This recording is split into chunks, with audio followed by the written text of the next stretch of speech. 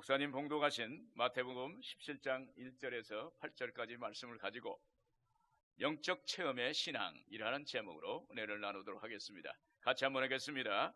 영적 체험의 신앙. 1873년에 뉴욕을 향해서 항해하던 로크 에런호가 침몰 위기에 빠졌습니다. 그때 그 배에 탔던 쿵 목사님이라는 분이 계셨어요. 그분이 하나님께 엎드려서 기도했습니다. 그리고 나서 그 배에 탄 사람들에게 이렇게 말합니다. 하나님이 이 배에 탄 모든 사람을 구조하실 것이라는 확신을 주셨습니다. 두려워하지 마십시오. 이런 말을 했어요. 그때 목사님의 말을 아무도 듣지 않았습니다. 배는 점점 가라앉았고 그리고 물이 차서 발밑에까지 무릎까지 차올랐습니다. 그때 갑자기 어디선가 브리티시 퀸호가 나타나서 모든 사람을 구조했습니다. 이에 많은 사람들이 우연이라고 그리고 그저 운이 좋았다고 생각을 했습니다. 그런데 그리스도인이었던 그 배의 선장은 이렇게 말했습니다. 어젯밤 누군가를 구조해야 한다는 마음의 신호를 받고 전설력으로 밤새 달려왔습니다. 여러분, 이것이 바로 성령의 인도하심과 보호하심입니다. 쿵 목사님 안에 계신 성령님과 선장님 안에 있는 그 성령님이 한 분인 거예요. 그 성령님이 두 사람에게 역사하신 것입니다.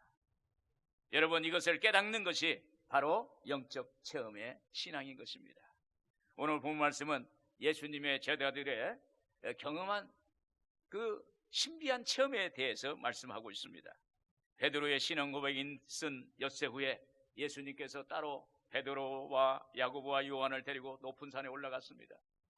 거기서 예수님의 모습이 변형되었고 그때 모세와 엘리야와 예수님이 대화하십니다. 이에 베드로가 주여 여기가 좋사오니 초막셋을 짓되 하나는 주를 위해 하나는 모세를 위해 하나는 엘리야를 위해서 지켰나이다. 그때 갑자기 구름이 덮으면서 그 구름 속에서 소리가 납니다. 너희는 저의 말을 들으라. 너희는 저의 말을 들으라. 그렇게 말씀하셨는데 구름이 사라져서 그때 예수님만 보이더라. 할렐루야. 오늘 여러분 우리 인생 가운데 예수님만 보이기를 주의 이름으로 축원을 드립니다. 오늘 본문 중심으로 영적 체험의 신앙이라는 말씀을 묵상하겠습니다.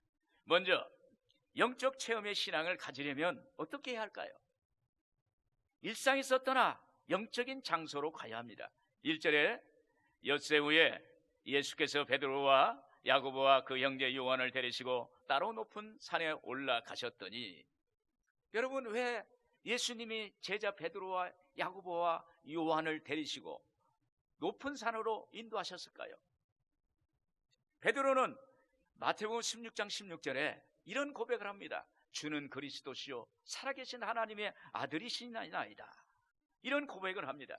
그러자 예수님이 베드로에게 마태복음 16장 17절에 그랬죠. 바요나 시몬아 내가 복이 있도다. 이를 내게 알게 한 이는 혈육이 아니요 하늘에 계신 내 아버지시니라고 칭찬했습니다. 그리고 예수님이 곧바로 예수님께서 십자가에 죽으시고 사흘 만에 부활하신다는 그 말을 전합니다. 그때 베드로는 예수님을 붙잡고 주여 그리하지 마소서, 주여 그리하지 마소서, 우리가 그렇게 안 되게 할 겁니다. 예수님이 십자가에 못 박혀 죽도록 하지 않겠다고 그렇게 이야기합니다. 그때 예수님이 베드로에게 단호하게 말씀합니다. 마태복음 16장 23절에 사탄아 내 뒤로 물러가라. 너는 나를 넘어지게 하는 자로다. 네가 하나님의 일을 생각하지 아니하고 도리어 사람의 일을 생각하는도다. 여러분, 베드로가 했던 주님을 향한 뜨거운 고백, 베드로가 예수님을 향해서 간절하고 뜨거웠던 신앙 고백은 어디로 사라져버렸어요. 그래서 예수님께서 이제 너는 구원의 사역을 막는 사람이 되었다고 이렇게 이야기하는 거예요. 이것은 그냥 결국 말로만 하는 신앙 고백이 된 것입니다. 여러분, 기독교는 말로만 하는 종교가 아니에요. 영적으로 체험하는 종교예요. 영적으로 경험하는 종교예요. 하나님을 체험해야 살아있는 신앙이 되는 겁니다. 많은 분들이 입으로는 고백을 잘합니다. 그런데 마음속으로 믿어지지 않는 거예요. 답답합니다. 때론 교회에서 예배드릴 때 믿어져요. 그런데 세상에 나가면 믿음이 없어졌어요. 기도하고 싶은데 기도가 안 됩니다. 찬양하고 싶은데 찬양이 안 되는 것입니다. 여기서 예수님이 보시고 이 제자들을 영적 체험이 필요하다는 것이 그를 알았어요. 그래서 예수님께서 그들을 높은 산으로 인도하시는 것입니다. 이에 예수님이 제자 베드로와 야고보와 요한을 데리시고 높은 산에 올라갑니다. 1절에 보시면은 엿새 후에 예수께서 베드로와 야고보와 그 형제 요한을 데리시고 따로 높은 산에 올라가셨더니, 여기서 따로라는 것은 헬라어 원뜻은 자신에게 부합하다, 자신에게 맞는다, 예수님께 맞는, 이 말씀은 예수님께서 다른 제자들로부터 베드로와 야고보와 요한을 선별했다는 거예요. 특별히 선택했다는 것입니다. 예수님의 마음에 맞는, 예수님이 뭔가 이 메시지를 주고 사인을 줄 수 있는 사람, 세 사람을 선별했습니다. 복음서에 보면 베드로와 야고보와 요한, 이 세 사람을 중요한 때마다 데리고 가십니다. 야이로 회당장 딸이 죽었을 때도 베드로와 야고보와 요한을 데리고 갔어요. 겟세마네 동산에서 땀방울이 핏방울이 되도록 기도할 때 거기서도 베드로와 야고보와 요한을 데리고 갔어요. 오늘 이 현장에서도, 변화산에서도 예수님께서 이들을 데리고 가시는 것을 우리가 보는 것입니다.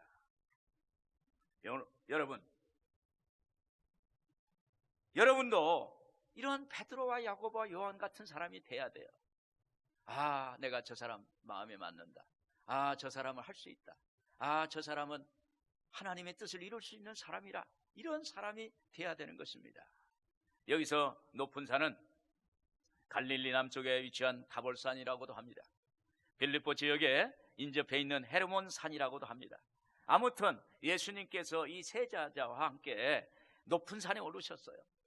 성경엔 높은 산에 기도하러 올라갔다는 표현이 많습니다. 누가복음 9장 28절에 기도하시러 산에 올라가셨다는 것입니다. 이 말씀을 하신 후 8일쯤 되어 예수께서 베드로와 요한과 야고보를 데리고 기도하러 산에 올라갔어요.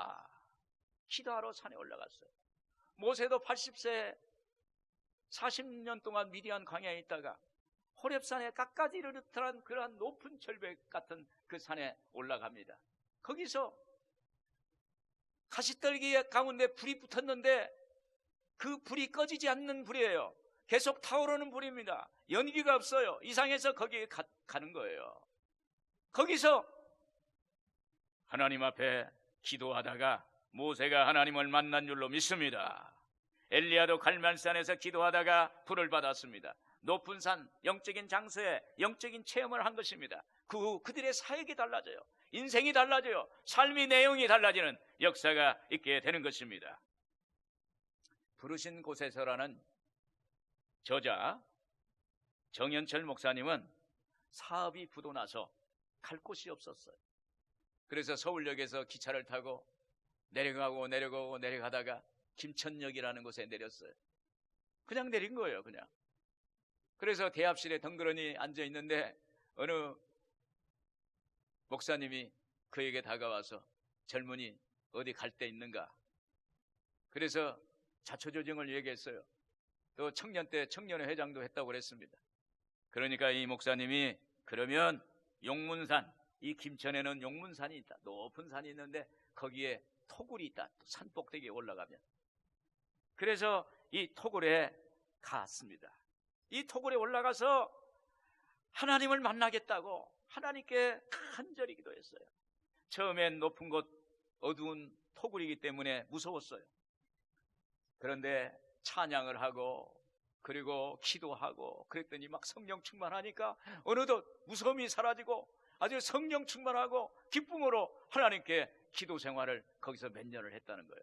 그러다가 하나님의 능력을 받고 내려와서 경남 양산에서 삼양교회라는 교회를 개척을 했는데 그 조그만하게 개척을 했어요, 농촌에서.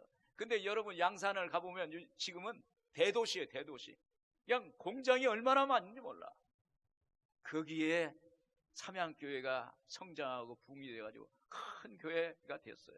그래서 그 목사님이 이렇게 영적 체험하고 나니까 그의 인생이 달라지고 그의 사역이 달라지고 그의 삶의 결과가 달라진 거예요. 오늘 여러분 영적 체험하기를 주의 이름으로 축원을 드립니다. 여러분 높은 산이나 광야는 아무것도 없다는 것이 특징이에요. 그곳은 사람이 없는 곳입니다. 도움을 받을 수 없는 곳입니다. 희망이 끊긴 곳입니다. 그래서 이 광야는, 이 높은 산은 누구의 도움이 없고 너무 한적하고 외롭고 고통스러운 곳입니다. 더 이상 내려갈 곳이 없었다라는 책에서 이 저자는 40살에 큰 사역을 했어요. 많은 사람들에게 촉망을 받았습니다. 그런데 그분의 말대로 표현하면, 그런데 나는 지금 기도굴에 있다. 속이 시커멓게 타버린 상태로, 기도가 나오지 않는 낙심의 상태로, 더 이상 내려갈 곳이 없는 절망으로, 이제 그는 자기의 삶이 광야에 내던져졌다고 말합니다. 그래서 기도원에 가서, 기도굴에 가서 그냥 앉아서 기도했다고 합니다. 그러던 중 어느 날 기도 시간에 하나님께 잡혀서 하나님의 음성을 들었습니다. 너 잘하는 것 해라. 나만 믿고 선교지로 가라. 그리고 위로하라. 이런 음성을 들었어요. 바쁠 때는 소리가, 하나님의 음성 듣지도 않고 하나님의 소리를 듣지 못했습니다. 그러나 광야에 가봤더니, 광야에 가서 가만히 있었더니까, 절망 가운데, 고통 가운데 그냥 더불어져 있으니까 거기에서 이전엔 들리지 않았던 하나님의 음성이 들리는 것입니다. 이제 높은 산 기도굴에 가보니까 이전에 들리지 않았던 하나님의 소리가 들리더라는 거예요. 여러분, 영적인 장소, 기도하는 장소, 기도의 골방, 영적인 곳을 찾아가야 돼요. 그래서 세상 속에서는 들리지 않았던 소리가, 하나님의 음성이 그 기도의 골방, 기도의 장소, 기도굴에 갔을 때 들리지 않았던 그 하나님의 목소리가, 하나님의 음성이 들려지는 역사가 있게 되는 것입니다. 그래서 그 후 얼마 지나지 않아서 선교지에서 부름이 있었습니다. 그리고 나서 순회 선교와 말씀 전도자로 하나님 앞에 세워졌다는 그러한 간증을 읽은 적이 있습니다. 여러분, 예수님이 높은 산에 오르신 의도는 제자들이 영적 체험을 해야 된다는 것입니다. 우리가 일상생활에서는 하나님 만나기 어렵고 하나님 음성을 듣기도 어렵습니다. 그런데 높은 산 광야에서 아무도 없고 어떤 도움도 없는 곳에서, 황폐한 거기서 하나님은 우리를 만나주시고, 거기서 하나님의 음성을 우리에게 들려주신다는 것입니다. 영적 체험을 하려면 영적인 장소, 그러한 높은 산 광야에 가는 것입니다. 또 영적 체험 신앙을 가지려면 어떻게 할까요?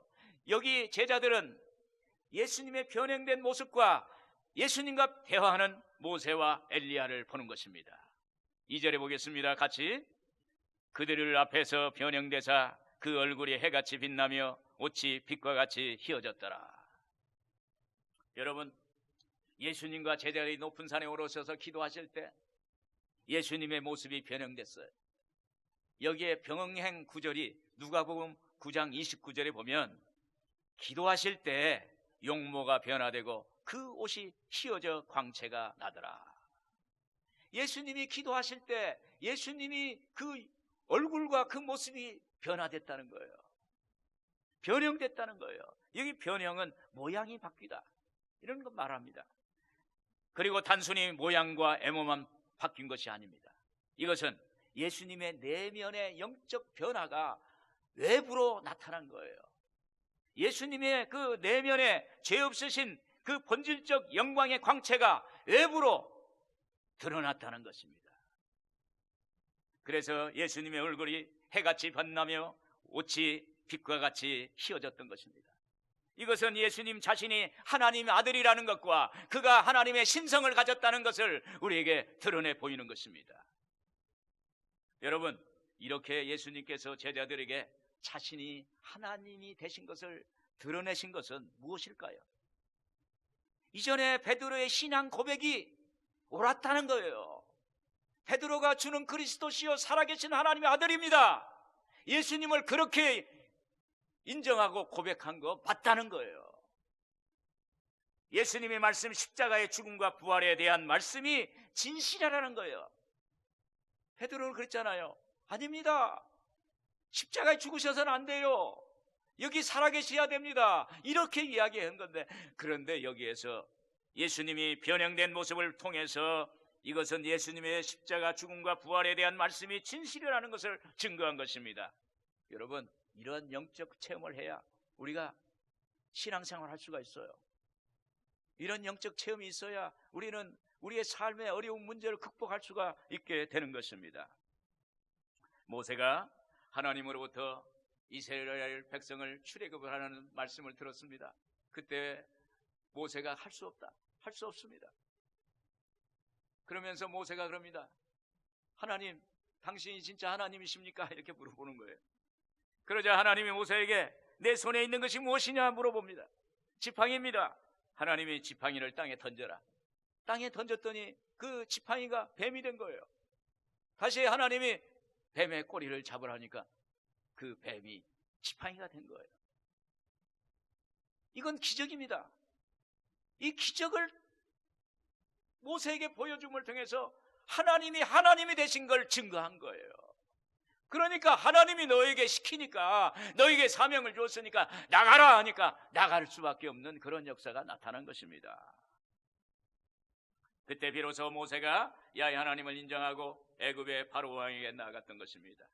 또 예수님이 가나의 혼인잔치에서 물이 포도주가 되게 하신 기적은 예수님 자신이 하나님의 아들이심을 증거하는 처음 표적이었어요. 포도주의 기적이, 물이 포도주가 되는 기적이 하나님의 아들이라는 것을, 하나님이시라는 것을 증거하는 표적이 된 거예요. 이 표적이 있으니까 사람들이 예수님을 향해서 인산이로 다가오는 것입니다. 그러므로 우리는 영적 체험을 해야 합니다. 이때 우리는 주님 앞에 믿음을 고백하고 앞으로 나아갈 수가 있습니다. 제가 예수 믿은 지 1년 만에 폐병하고 늑막염을 알았어요. 그래서 제가 저 시골에 집에서 혼자 독방에서 겨울이었어요. 그때 하나님께 기도했어요. 제 얼굴이 새카매졌어요. 늑막염이라 폐 옆에 물이 가득 찼어요. 기침할 때마다 콜록콜록 하면 제 온몸이 막 찢어들 것 같고 그 통증을 표현할 수 없을 정도 아팠어요. 제가 마치 개구리처럼 몸을 움츠리고 하나님, 저 살려주세요. 저 살려주세요. 저 살려주시면 주님 영광을 위해 살겠어요. 그런데 늑막염이 한 달 만에 다 고쳤어요. 완전히 물이 사라져버렸어요. 하나님이 기적이 있는 거예요. 영적 체험을 한 거예요. 근데 폐병은 4년이 걸렸어요. 4년을 투병 생활했어요. 이 26살부터 30살까지 투병 생활했어요. 그때 하나님 이 늑막염이 고쳐졌다는 영적 체험이 있었기 때문에 4년이라는 투병 생활을 이길 수가 있었던 거예요. 여러분, 영적 체험은 우리의 삶을, 고통을, 좌절을, 절망을 극복할 수 있는 힘이 되는 것입니다. 그리고 또 3절 보겠습니다. 그때 모세와 엘리야가 예수와 더불어 말하는 것이 그들에게 보이거늘 그랬습니다. 여기서 그때는 직역하면 그리고 보라는 뜻이에요. 그리고 보라. 이는 미처 예상치 못한 놀라운 상태가 발생했다는 것을 강조하는 표현입니다. 그러므로 세 제자가 기도하다가 눈을 떠서 보았는데 갑자기 예수님 모습이 변형되고, 그리고 모세와 엘리야가 나타나서 대화하시는 예수님을 목격한 거예요. 얼마나 놀라웠을까요? 정말로 놀라웠을 거예요.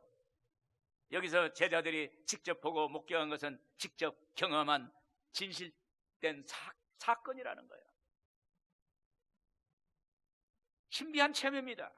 여기서 제자들이 눈으로 직접 본 모세는 이미 죽은 지 1400년 전에 죽었던 사람, 엘리야는 800년 전에 죽었던 사람이 현실적으로 자기들 눈앞에 나타난 것입니다. 놀라운 기적이에요. 놀라운 광경이에요. 예전에 없었던 기적 같은 일입니다. 예수님이 모세와 엘리야가 대화하시는 것입니다. 아마 너무 중요한 이야기를 하셨을 것입니다. 누가복음에서는 예루살렘에서 이루어질 예수님의 죽음에 대해서 이야기했다고 말씀하고 있습니다. 누가복음 9장 31절에 영광 중에 나타나서 장차 예수께서 예루살렘에서 별세하실 것을 말할세 그랬습니다. 이 내용은 예수님께서 인간의 죄를 대속하기 위해서 십자가에 죽으시고, 그리고 예수님이 부활하셔서 부활하시는 통해서 그 예수님이 우리에게 의로움을 주시기 위해서 부활하셨다는 것입니다. 그 구원의 사역을 이루기 위해서 그 모세와 엘리야가 예수님께 말씀을 드렸다는 것입니다. 그때 베드로가 얼마나 놀랐을까요? 얼마나 감동했을까요? 이에 예수님께 이 베드로가 말합니다. 주여, 우리가 여기 있는 것이 좋사오니 여기서 초막셋을 짓되 하나는 주님을 위하여, 하나는 모세를 위하여, 하나는 엘리야를 위하여 하리이다. 어쩌면 이 말은 베드로의 최고의 찬사였을 것입니다. 최고의 감동의 표현이었을 거예요. 여기서 제자들은 예수님의 영광스러운 변형된 그러한 모습과, 그리고 모세와 엘리야의 출현의 사건을 본 그러한 영적 신비한 체험을 한 것입니다. 그래서 그들의 삶이 달라졌어요. 그 이전과 이후의 삶이 달라집니다. 여러분, 영적 체험을 하세요. 영적 체험을 소망하세요. 영적 체험을 기대하세요. 그때 하나님 역사하십니다. 영적으로 예수님, 하나님 만나면 변화됩니다. 신앙이 굳세집니다. 어떤 어려움과 고난과 역경을 극복할 수 있는 힘을 얻게 됩니다. 성령 체험하면 응답받고 치료받고 기적이 일어나고 살아나는 역사가 있게 되는 것입니다. 오늘 여러분, 영적 체험을 하는 신앙을 갖기를 주님의 이름으로 축원을 드립니다. 끝으로 영적 체험의 신앙은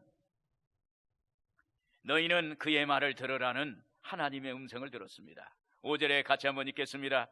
말할 때 호련히 빛난 구름이 그들을 덮으며 구름 속에서 소리가 나서 이르되 이는 내 사랑하는 아들이요 내 기뻐하는 자니 너희는 그의 말을 들으라 하시는지라. 여기서 호련히는 하나님의 역사가 나타날 때 호련히가 많이 나옵니다.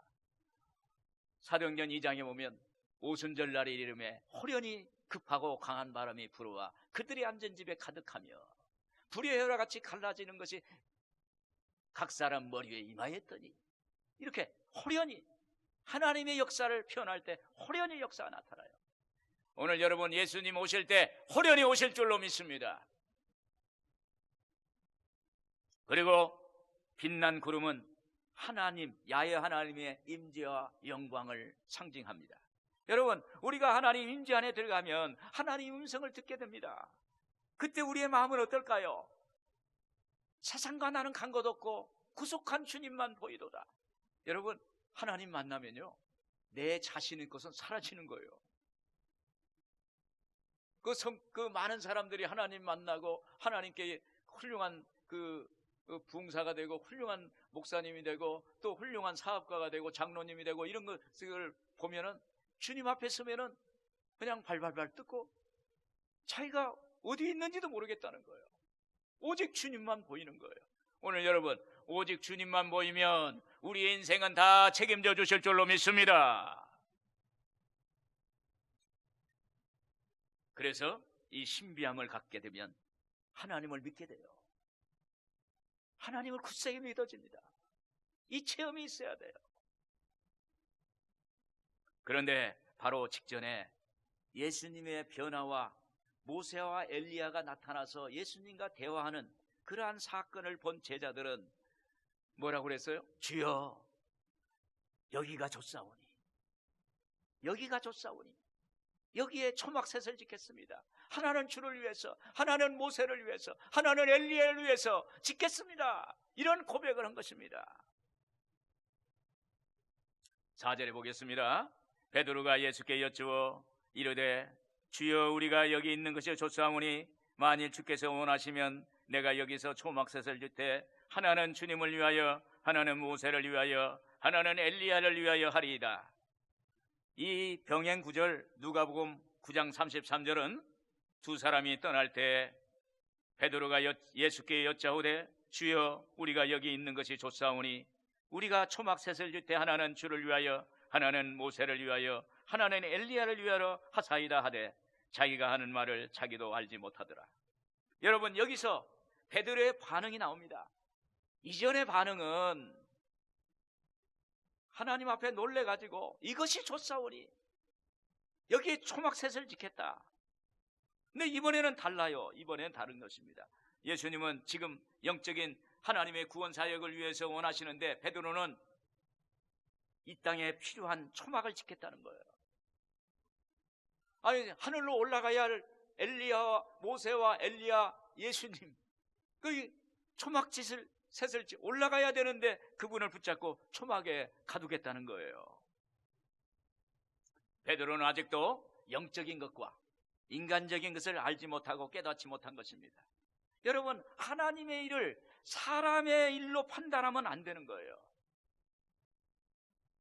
하나님의 일은 하나님의 일로 판단하고 세상 일은 세상 것으로 판단해야 되는 거예요.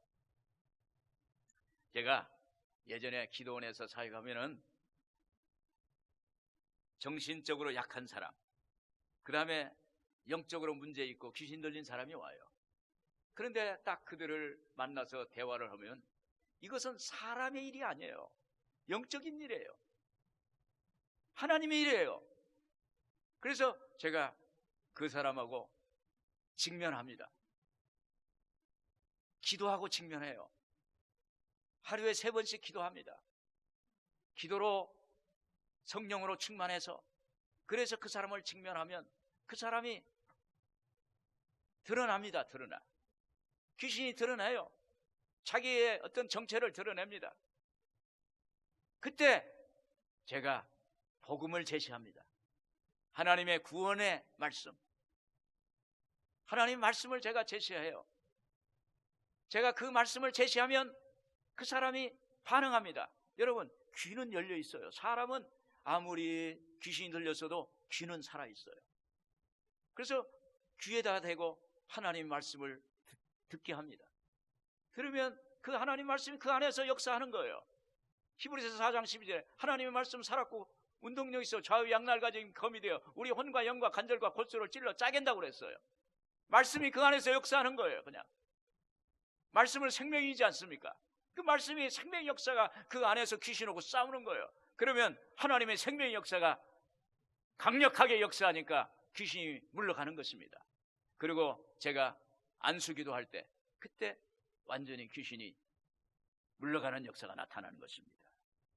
여러분, 이런 것을 인간적인 일로, 사람의 일로 보고 사람의 생각으로 접근하면은 실패하는 거예요. 영적인 일은 영적인 것으로, 기도로, 이런 일은 기도밖에 없다고 그랬지 않습니까? 기도로 나갈 때 거기 역사가 나타나는 것입니다. 그래서 여러분, 하나님의 일은 하나님의 관점에서 하나님의 눈으로 보고 분별해야 되는 거예요. 그래서 영적 분별력이 필요한 것입니다. 여기에 그때 갑자기 구름이 제자들을 덮으면서 그 구름 속에서 소리가 납니다. 너희는 그의 말을 들어라. 너희는 그의 말을 들어라. 5절에 그랬습니다. 말할 때 호련히 빛난 구름이 그들을 덮으며 구름 속에서 소리가 나서 이르되 이는 내 사랑하는 아들이요 내 기뻐하는 자니 너희는 그의 말을 들으라 하시는지라. 누가복음 9장 34절 35절에 보면은 이 말을 할 즈음에 구름이 와서 그들을 덮는지라. 구름 속으로 들어갈 때 그들이 무서워하더니 구름 속에서 소리가 나서 이르되 이는 나의 아들 곧 택함을 받은 자니 너희는 그의 말을 들으라. 여러분, 하나님은 말씀으로 우리에게 다가오십니다. 말씀밖에 없어요. 말씀은 영원토록 변함이 없습니다. 예수 그리스도는 어제나 오늘이나 영원토록 동일하다고 그랬어요. 변함이 없는 분이에요. 그래서 여러분, 예수님은 이 땅에 오실 때 말씀으로 오셨어요. 그래서 요한복음 1장 14절에 그랬습니다. 말씀이 육신이 되어 우리 가운데 거하심에 우리가 그의 영광을 보니 아버지와 독생자의 영광이요 은혜와 진리가 충만하더라. 여러분, 말씀을 들으면요 믿음이 생깁니다. 말씀을 들으면 꿈이 없던 사람이 꿈이 생겨요. 말씀을 들으면 절망과 좌절과 어둠 속에서 방황하는 사람이 빛을 얻게 돼요. 말씀을 들으면 생명을 얻는 거예요. 요한복음 6장 63절에 그랬습니다. 살리는 것은 영이니 육은 무익하니라. 내가 너희에게 이르는 말은 영이요 생명이니라. 할렐루야. 하나님 말씀은 영이요 생명이에요. 하나님의 말씀은 성령입니다. 그리고 그 말씀은 생명이에요. 오늘 이 말씀을 믿기를 주의 이름으로 축원을 드립니다. 그리고 말씀은 불이 된다는 거예요. 내 말이 불 같지 아니하냐, 바위를 쳐서 부스러뜨리는 방망이 같지 않느냐. 말씀을 자꾸 묵상하고 암송하고 막 그러면요 그게 내 안에서 불이 오는 거예요. 불이. 그래서 영적 체험을 하는 것입니다. 영적 체험하고 나면 세상아 어디 있느냐, 너희 쏘는 것이 어디 있느냐, 사망아 너희 어디 있느냐, 담대하게 나가는 역사가 나타나요. 할렐루야. 또 저희 말을 들으라는 뜻은 하나님의 말씀을 듣고 철저하게 순종하라는 거예요. 그냥 듣고 끝나는 게 아니에요. 깨닫고 끝나는 거 아니에요. 그걸 삶으로 적용하라는 거예요. 자, 분당 우리 교회 이찬수 목사님 간증을 제가 들었습니다. 20대 때 신학교 가려고 한국에 역으로 유학을 왔어요. 가족은 모두 미국에 있었습니다. 혼자 보따리 2개 가지고 한국에 왔다 합니다. 그런데 공부하다가 기숙사에서 생활하다 보니까 학생들은 다 학교하고 나면 기숙사에 덩그러니 남았고, 또 여름방학 되면, 겨울방학 되면 갈 곳이 없어서 기숙사 방에 덩그러니 남았어요. 그때 하나님과 대화를 많이 했답니다.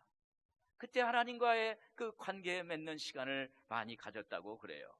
그때 하나님이 그에게 이렇게 음성을 들려줬어요. 왜 두려워하느냐? 내가 너와 함께 가며 너를 보호할 것이며 너는 두려워 말라. 이 말씀이 그에게 들렸어요.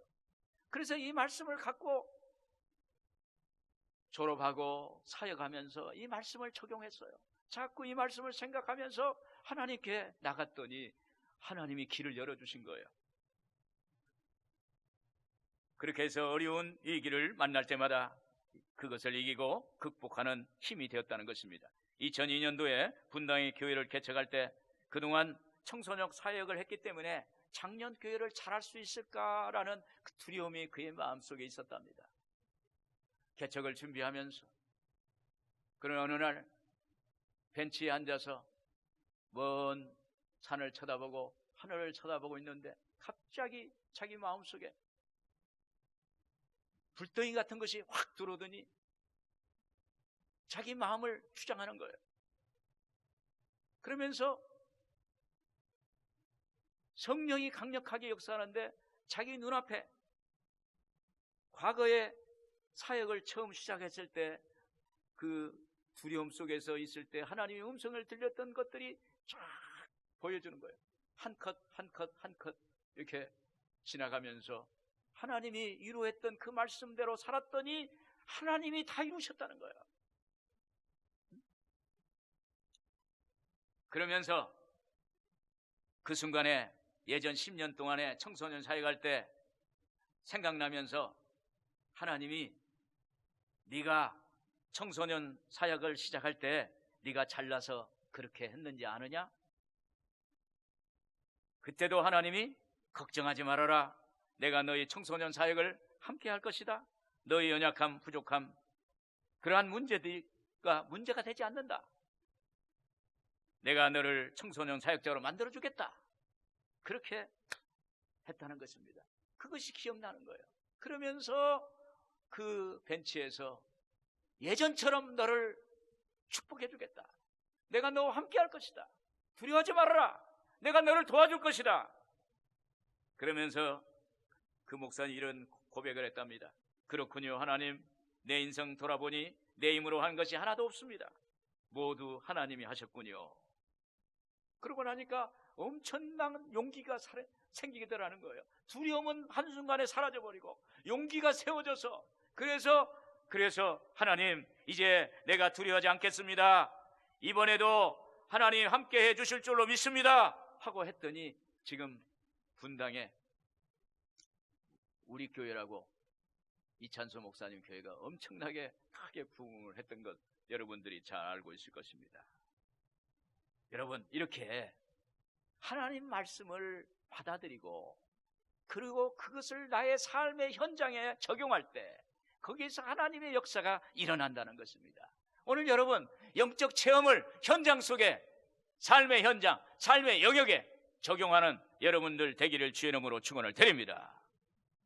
결론적으로 예수님 믿는 사람들은 신비한 하나님의 권능을 체험하고 난 뒤에는 반드시 현실로 돌아와서 자기의 삶에 적용해야 된다는 거예요.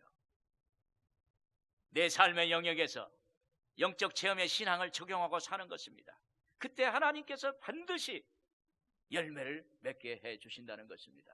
오늘 여러분들에게 신앙의 영적 체험의 신앙을 갖고 살아가는 여러분들 되게 해서 하나님께 수많은 많은 열매를 맺는 그러한 삶이 되기를 주님의 이름으로 축원을 드립니다.